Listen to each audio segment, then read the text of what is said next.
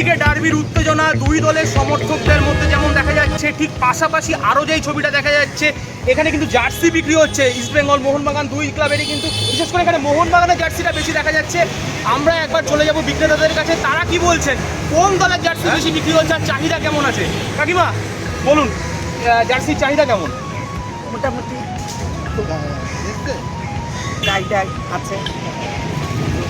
আর একটা জিনিস আমি খেয়াল করলাম, এখানে শুধু মোহনবাগানের জার্সি বিক্রি হচ্ছে, ইস্ট বেঙ্গলের জার্সি দেখতে পেলাম না।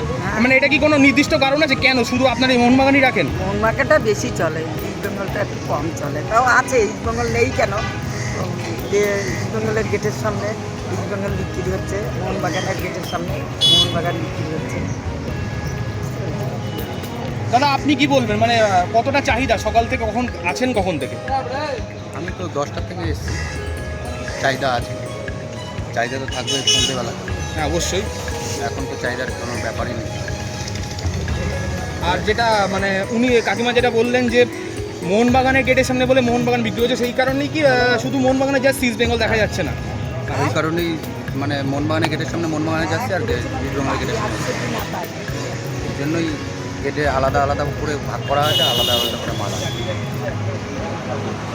অর্থাৎ যেটা উনি বললেন, মোহনবাগানের গেট, আমরা 3 নম্বর গেটের সামনে উপস্থিত রয়েছি এই সময় সল্টলেক স্টেডিয়ামের, যেটা কিন্তু মোহনবাগানের গেট, অর্থাৎ মোহনবাগানের গ্যালারি এদিকটাই পড়বে, সেই কারণে এইখানে যেই জার্সিগুলো বিক্রি হচ্ছে সেখানে মোহনবাগানের জার্সি বেশি দেখা যাচ্ছে।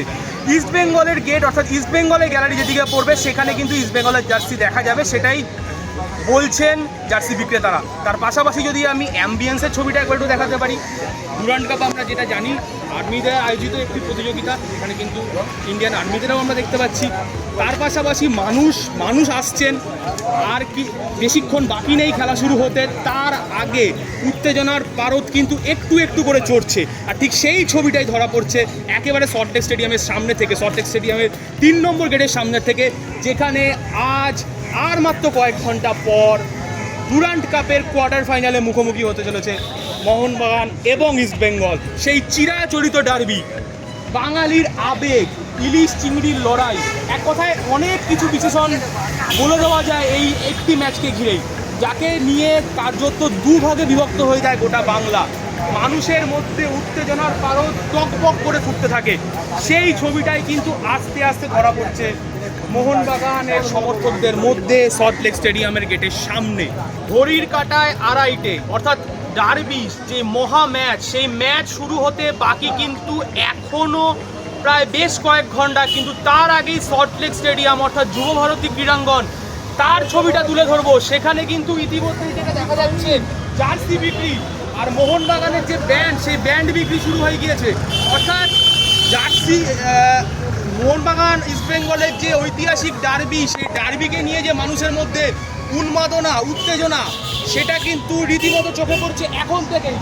মানুষ আসতে শুরু করেছেন। আমাদের সঙ্গে রয়েছেন মোহনবাগানের সমর্থকরা, আমরা সরাসরি আমি তাদের কাছে চলে যাব। কি মনে হচ্ছে আজকের ম্যাচ?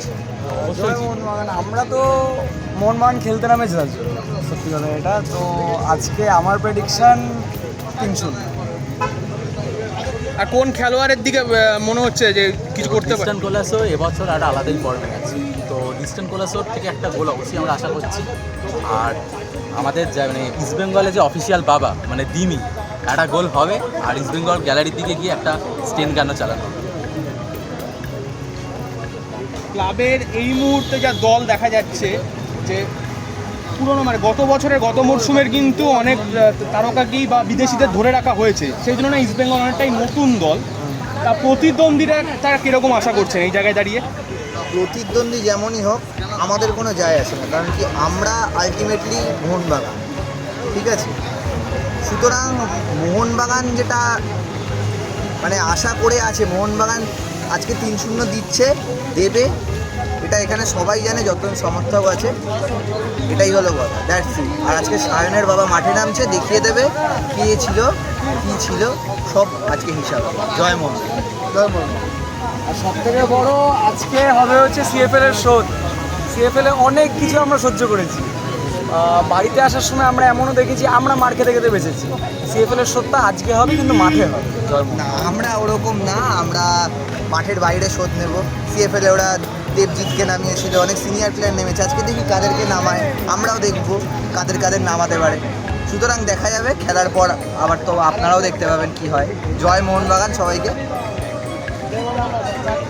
অর্থাৎ মোহনবাগানের সমর্থকদের সাথে কথা বলে আমরা যেটুকু বুঝলাম, ম্যাচ শুরু হতে এখনো বেশ কয়েক ঘন্টা দেরি, কিন্তু তার আগেই উত্তেজনার পারদ কিন্তু রীতিমতো চড়ছে।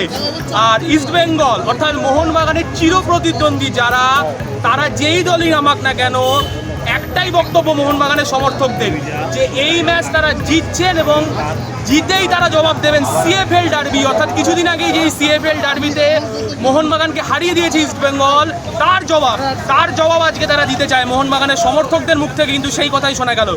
ক্যামেরায় শুভমদের সঙ্গে বিশ্বদীপ ব্যানার্জির রিপোর্ট, জজবাত 24 বাংলা, কলকাতা।